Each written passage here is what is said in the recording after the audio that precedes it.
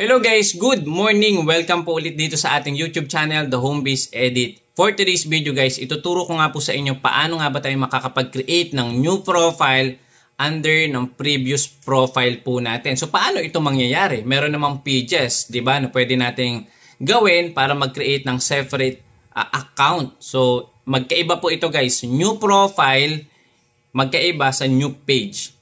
Okay, pero may similarities din po ito. Sa page po kasi guys, di ba, once na na-establish na natin yung page, parang ganito, ito yung mga pages ko, magiging ano din siya, profile yung view. Pero dito sa new profile, pwede po kayong mag-add ng friends at once na available na yung professional mode on, yung mga friends na yon pwedeng maging followers mo na. Similar dito sa ating old profile. So makikita nyo guys, etong Jose Ofo Mullieda Jr. Profile po ito, no? Meron na po tayo guys na 408,000 followers. And dito, pwede tayo mag-create ng new profile under ng old profile na ito. Ang advantage nito, hindi mo na kailangan gumamit ng new number at new email. Diba? Once na mag-create tayo ng profile account, kailangan natin mag-create or mag-link ng separate email and number para hindi ma-compromise yung mga number mo na ginamit na natin dito sa previous profile. So sana nagigets nyo, no? So dito, iisa na lang yung password and username ng profile mo na yon, yung old and new. So paano nga ba ito i-set? Paano nga ba tayo makakapag-set ng new profile? Pumunta po kayo dito sa may tatlong bilog sa gilid. Meron po dito, create another profile. Ito po, ito, ayan, i-click ko, ayan sa may arrow, ayan. So dito, create another profile with a fresh new audience. Ayan, audience.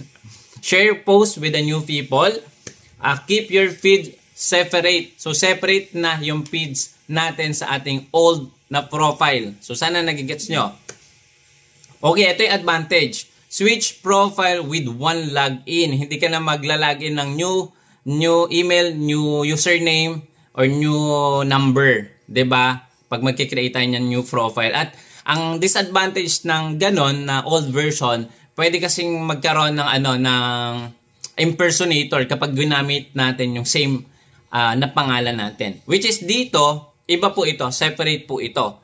Okay? So once na clinic natin yung get started, pwede tayo guys dito maglagay ng ating pangalan. I-try ko kung pwede pa din yung Jose Ofo Mullieda Jr.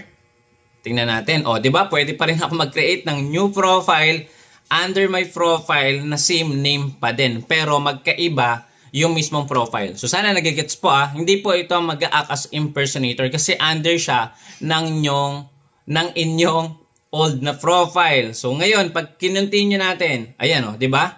O, nagigets nyo. So yan pa din. So hindi ko na i-continue kasi meron na akong na-create na new profile kamakailan. So papakita ko lang sa inyo guys. Ito yung create natin na new profile.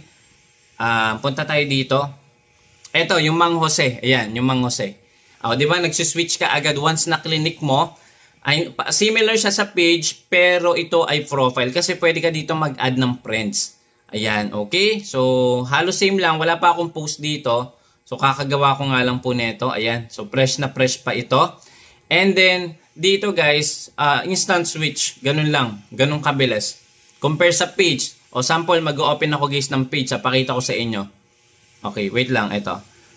Sample, mag-open tayo ng page na ito. Yung Jose Maria Vlog. Ayan.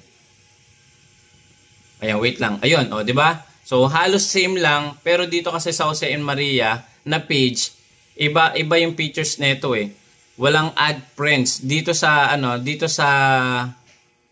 new profile, mas okay yun kasi may pwede ka mag-add ng friends and once na na-add ka na at na-turn on mo na yung professional mode mo doon sa new profile, automatic followers mo na kagad sila. So, ganun kabilis. And highly suggested to ni Facebook kasi new update pa ito as of this recording. So, ngayon, kung gusto mong i-try, pwede mong gawin kung lalo na guys ito kasi pinag-isipan ko nung ako ay naging not recommendable, 'di ba? Ang tagal ng paghihintay natin kung kailan mababalik yung monetization. So ito, good option to para mag-create ka ng fresh na profile under ng old profile mo. Ang tanong, hindi ba mako-compromise yung new profile kasi yung old profile ko ay may violation. Para sa akin hindi naman po kasi yung previous no, yun yung may mga history. Ito bagong-bago. So sabi nga fresh na profile ito. So wag niyo na lang ulitin yung pag-upload niyo doon sa old dito sa bago para ma-eliminate natin yung mga restrictions or same violation na na-experience nyo. So sana i-try nyo na ito, no? Create new profile. Kung wala ka pang ganitong features, update your application sa Google Play Store or sa App Store.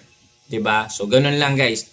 Okay, kung sana kung ito po ay nakatulong tong video na to, please pa-share po para sa karamihan, sa kapwa natin newbie dito sa Facebook. Kung sila ay namumblema, ang tagal na nang hinihintay nila at nawawala na sila ng pag-asa kasi 'di ba pag not recommendable ka or meron kang violation, it will last 30 to 90 days bago malip yung parusa or yung violation. So dito, pwede na tayong mag-start. Habulin natin sa isang buwan guys. I tell you, kapag sinipagan mo, magkakaroon ka ng 1,000 followers or 10,000 followers ng mas mabilis.